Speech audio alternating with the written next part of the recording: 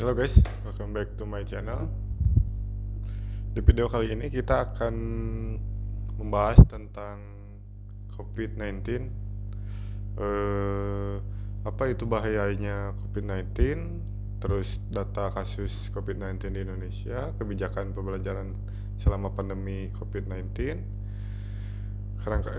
edukasi perubahan perilaku, pelaksanaan 3M di lingkungan satuan pendidikan, tugas relawan, pendidikan dan tenaga kependidikan, dan peserta didik. Oke, tautan materi edukasi 3M. Oke, apa itu bahayanya COVID-19? Oke, kita bahas bersama-sama. Semoga ini bermanfaat. Coronavirus 2019 COVID-19 adalah penyakit menular yang disebabkan oleh Severe Acute Respiratory Syndrome Coronavirus 2, atau bisa disebut juga SARS-CoV-2. Masa inkubator atau inkubasi COVID-19 rata-rata 5-6 hari dengan range antara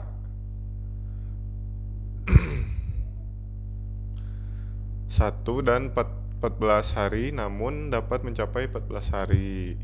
Penularan COVID-19 dapat terjadi melalui kontak langsung jarak dekat antara 1-2 meter dengan orang yang terinfeksi melalui droplet partikel berisi air dengan dimensi diameter 5/10 mm yang mengenai mukosa atau mulut dan hidung,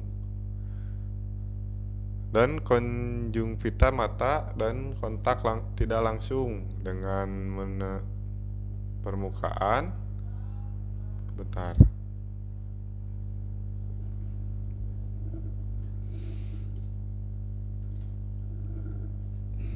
Channel ini hanya untuk pembelajaran ya.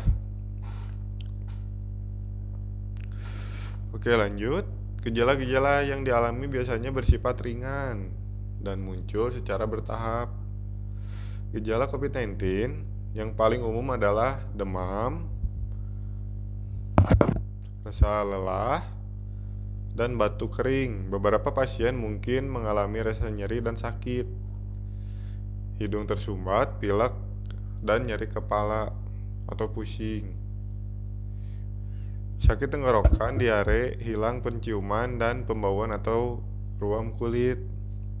Beberapa orang yang terinfeksi dapat menunjukkan gejala apapun dan tetap merasa sehat. Hal ini yang justru berbahaya, guys. Tak bergejala tapi dapat menular. Sampai dengan tanggal 18 September 2020, Satuan Tugas Penanganan COVID-19 melaporkan ada 236.519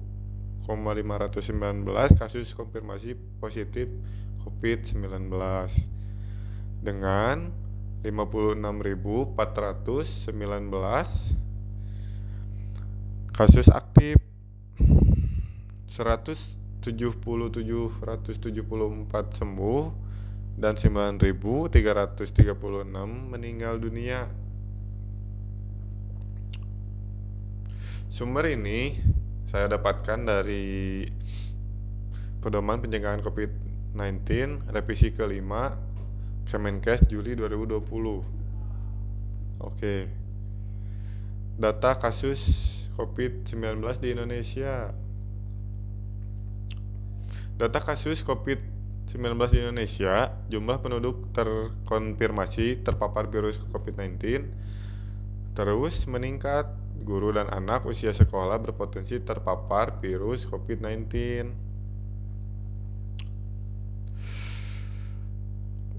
Terkonfirmasi sebanyak 236.519.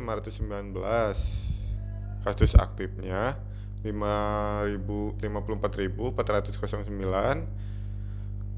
dan yang sembuh sampai saat ini 170,774, yang meninggal 9.366 jiwa.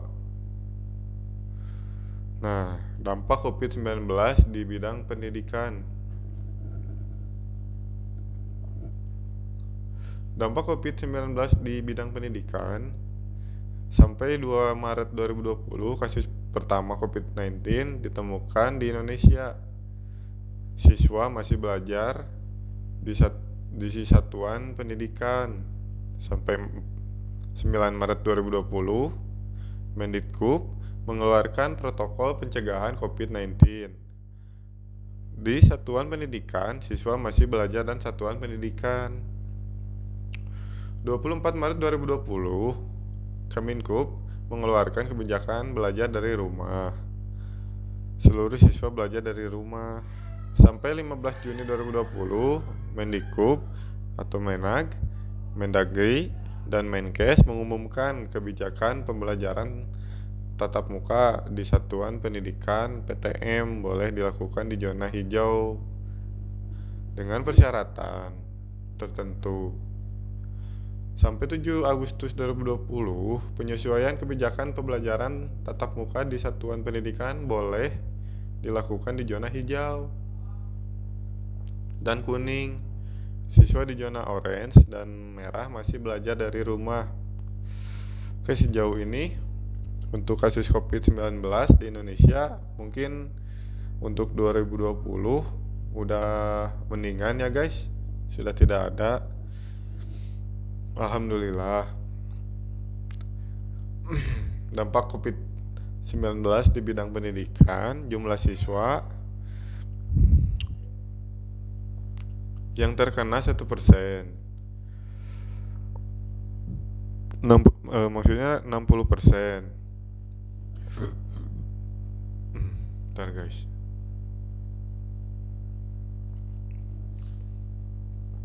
Sebagian besar peserta didik masih belajar di rumah. Walau demikian, sebagian besar guru masih beraktivitas di sekolah.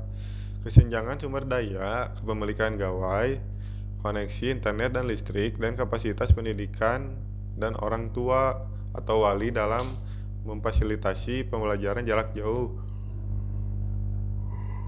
Sorry guys. Dalam memfasilitasi pembelajaran jarak jauh menjadikan proses belajar terasa lebih berat. Terus meningkatkan risiko anak terpapar COVID di luar rumah karena tidak atau kurang ada pengawasan selama orang tua harus bekerja. Meningkatkan risiko bahaya kekerasan, cyberbullying, informasi yang tidak layak, eksploitasi anak yang harus bekerja mampu ekonomi keluarga. Oke, itu dia sedikit pengetahuan dari saya. Semoga bermanfaat. Oke, see you next video. Bye.